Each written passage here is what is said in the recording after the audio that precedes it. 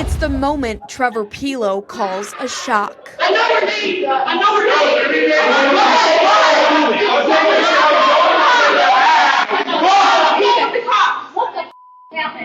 me. He was working at the DPDO calzone shop Saturday night. It gets pretty crazy after about 1 a.m. All the bars let out, so we get pretty busy. It gets pretty crowded in here. Some nights it gets crazy when people get, don't get their food quick enough. Pilo says the suspects seen in this video at the counter were angry about the wait time for their food around 1:45 a.m. We gave them their money back and they also wanted their food. That's when my boss said they could leave the store. And that is when the lady begins to spit at my coworkers. He says he got the cash register shoved at his legs, the tip jar thrown at his head, and then Pilo says the police were called, and then he went outside to try to find officers working in Armory Square.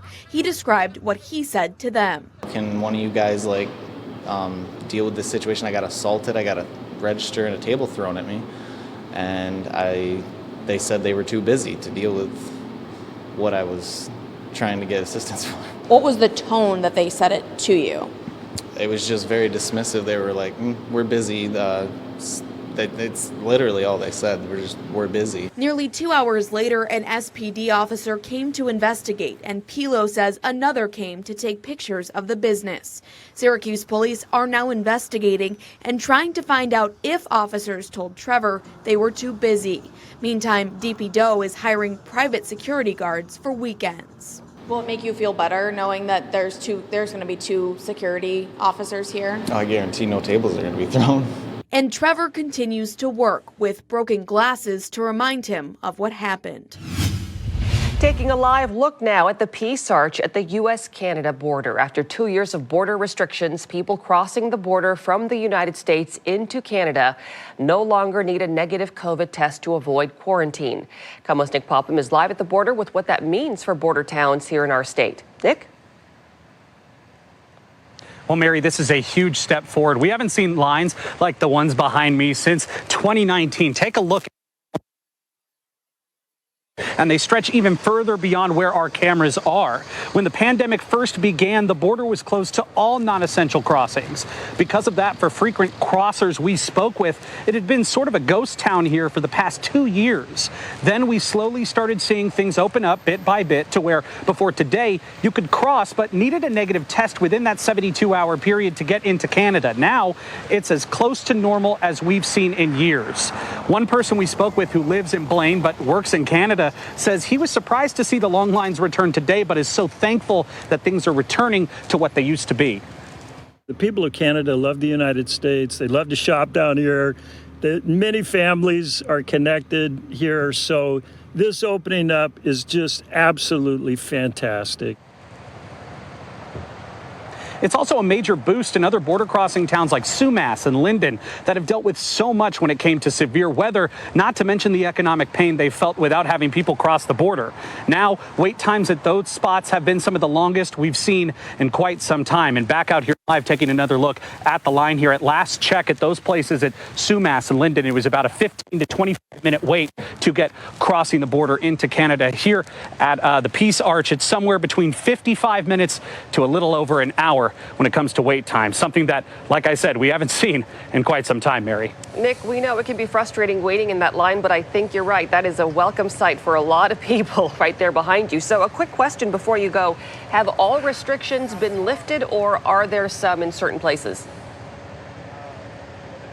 No, not all restrictions have been lifted just yet. Basically, if you're fully vaccinated and you want to come over, you don't need that COVID test, as I mentioned, but you still need to fill out information through the Arrive Can app. It's something that you can download on your phone, and you just fill out your information, what time you plan on crossing the border, what date you plan on doing so, and generally filling out that information is essentially all you need to get to Canada, to head to Vancouver, and that's what a lot of these folks have done, either through the app or online, to try to cross the border. But yeah, it's pretty great seeing some of these long lines, despite the headache it can be for some people who are trying to get to Vancouver.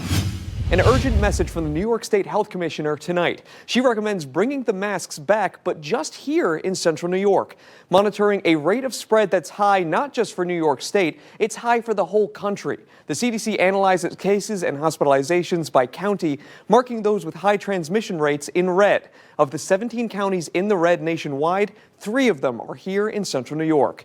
Onondaga County reporting the highest number of new COVID cases since January. Health officials reporting 449 new cases Friday. 50 people are in the hospital testing positive, with 8 in the ICU battling the virus. The county executive pointing to the BA2 subvariant as the dominant strain. New York's health commissioner says the data shows this subvariant is far more transmissible than Omicron, the variant originally responsible for the surge this past winter. This recent spike has the New York Health Department's eyes on our region.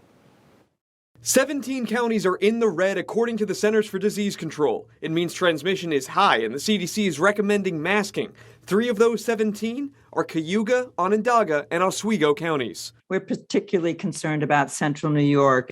Prompting a call from New York State Health Commissioner Dr. Mary Bassett, asking Central New Yorkers to mask up indoors. I'm sick of this. Everyone's sick of it.